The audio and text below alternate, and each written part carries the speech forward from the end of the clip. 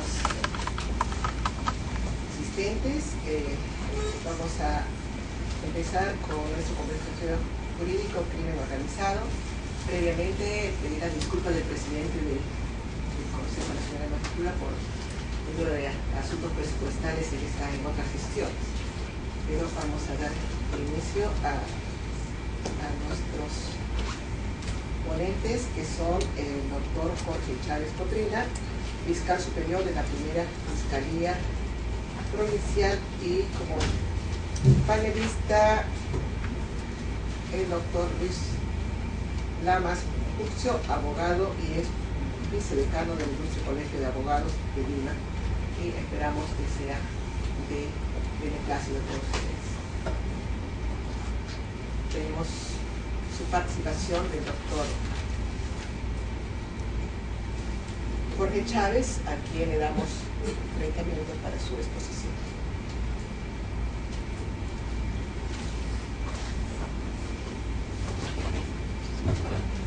Bueno, de todos muy buenas tardes. Es para mí realmente un honor compartir la mesa con el maestro Lamas Urcio, con quien le comentaba en la antesala. Nos hemos ido educando en la rama del derecho con sus libros y sus enseñanzas en las aulas universitarias. Yo por primera vez tengo ese honor de compartir la mesa con un maestro de la calidad de Lamas Urcio, y es algo ya un poco trascendental en mi carrera.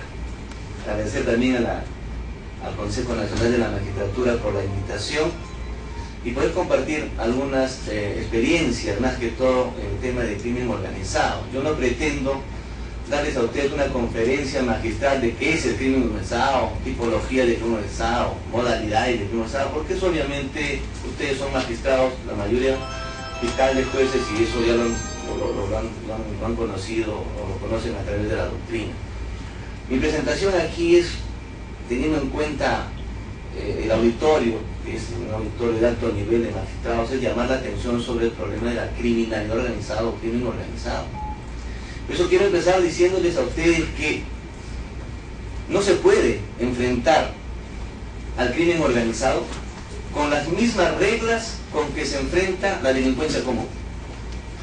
Y la legislación actual, llámese el Código Procesal Penal y algunas normas, están dadas para enfrentar la delincuencia común, pero no existen normas, y cuando digamos reglas contra el crimen organizado, no solamente me refiero a la parte dogmática, las normas, sino a la parte de las estrategias y la parte logística que debe tener las instituciones encargadas de luchar contra el crimen organizado. Creo que si el Estado no aporta una política, valga la redundancia, de Estado contra el crimen organizado, estas organizaciones criminales nos van a ganar la guerra. Y ahí está el ejemplo de Trujillo. En Trujillo tenemos un avance realmente preocupante de estas organizaciones criminales que se han dedicado a extorsionar empresarios, extorsionar taxistas.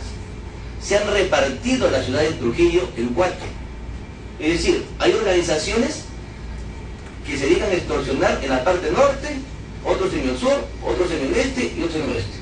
Y ninguna de estas organizaciones puede meterse en el territorio de la otra organización, porque ahí empiezan las guerras. Gracias a Dios todavía no hemos llegado a las guerras que hay en México. Esa es mi preocupación. Si nosotros no tomamos medidas ahora contra el crimen organizado a nivel de política de Estado, yo me temo, y quizás sea alarmista, que en 5 años Trujillo se puede convertir en un Juárez. Y eso es peligroso, porque de ahí se va a expandir el crimen organizado a ciudades como Chiclayo y puede llegar hasta Lima. Entonces nos encontramos ante un grave problema que tenemos que enfrentarlo ya. No podemos dejar pasar el tiempo para poder adecuar nuestra legislación y nuestras metodologías y nuestra tecnología para luchar contra el crimen organizado. Sobre todo la tecnología. No se puede pretender, pues, luchar contra el crimen organizado cuando el Perú no tiene un buen servicio de inteligencia. Yo me he reunido con el director de inteligencia de la policía y también con el director de la Inteligencia Nacional, y le decía, yo no me explico cómo es posible que hace más de 5 años En Trujillo, por ejemplo, las organizaciones criminales le ponen sticker a los taxis. O sea, identificaban a qué taxi tenían que extorsionar. Entonces ese taxi que tenía determinado sticker, la otra agrupación no lo podía extorsionar porque esa propia taxi pertenecía a un grupo delincuencial que ellos solamente podían extorsionar. Yo les decía, ¿cómo es posible que de tantos años nuestros servicios de inteligencia no hayan podido infiltrar gente de inteligencia y poder determinar quiénes son los integrantes de esta organización? Yo me doy respuestas. O no tenemos servicio de inteligencia, o nuestro servicio de inteligencia también está infiltrado por la delincuencia. Y la verdad que no me dejan la experiencia sacar otra conclusión, porque en Trujillo había intervenciones de policías que han estado dirigiendo estas organizaciones. Hay un mayor que ha sido detenido el año pasado, que era uno de los cabecillas de estas organizaciones. Imagínense ustedes, la policía que tiene que luchar contra el crimen organizado eran parte de la organización. Entonces uno se explica el por qué hay una falta de comunicación. Otro tema es que a consecuencia de la vigencia del nuevo Código Procesal Penal, existe, pues, si eso valga verdad, eso hay que decirlo porque como fiscal uno lo vive a diario, existe una especie de enfrentamiento por el nuevo código, por las reglas, por las atribuciones entre el fiscal y la policía. Y este enfrentamiento entre el fiscal y la policía, donde está vigente el nuevo código, trae como consecuencia que obviamente los que ganen la guerra van a ser los delincuentes, porque mientras la policía y los fiscales no estamos peleando, los delincuentes están como pez en el agua.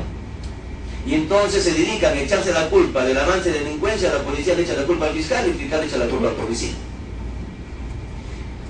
Y eso tiene que terminar. Tenemos que entender que el trabajo contra el crimen organizado se da en un primer momento a través del binomio Ministerio Público Policía Nacional.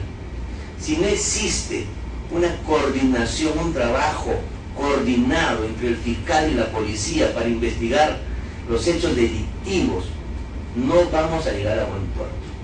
Si no existe, si existe mucho personalismo entre un policía o la fiscalía, que yo trabajo mejor que tú, ¿no? O cuando salen a la prensa, quieren resaltar la policía hizo el operativo, el fiscal que hizo el operativo, y estamos en esa pelea doméstica, no vamos a llegar a ningún puerto. El tema es trabajar en coordinación, se tiene que coordinar el trabajo. ¿Se puede hacer? Sí se puede hacer. Es cuestión de personas. Las normas están dadas. No se puede decir que para enfrentar el crimen organizado tenemos que modificar el Código Penal a fin de poner penas más severas. Porque no se lucha contra el crimen organizado poniendo penas más severas. Porque el Código Penal ya tiene penas severas. 25 años, 35 años. O sea, nuestro Código Penal peruano, nuestro sistema judicial peruano tiene penas severas comparado a otros países. O sea, las normas están, la cuestión es aplicarlas. Pero, ¿qué puede hacer un juez cuando una investigación preliminar no viene bien sustentada? Cuando no viene con los suficientes elementos probatorios. Y esto se da porque no hay una coordinación entre la policía y el Ministerio Público. Obviamente los jueces no encuentran pues suficiencia probatoria.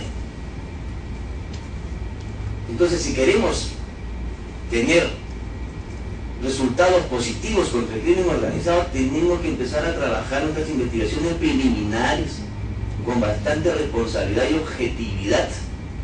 Encontrar los elementos suficientes como para darle al juez las pruebas necesarias para poder condenar a estos organismos criminales. Si no lo hacemos, lamentablemente van a dar penas muy leves o simplemente lo van a absolver. Acabamos de conversar justamente viniendo en el vehículo con unos colegas, donde unos narcotraficantes lo acaban de absolver por insuficiencia probatoria.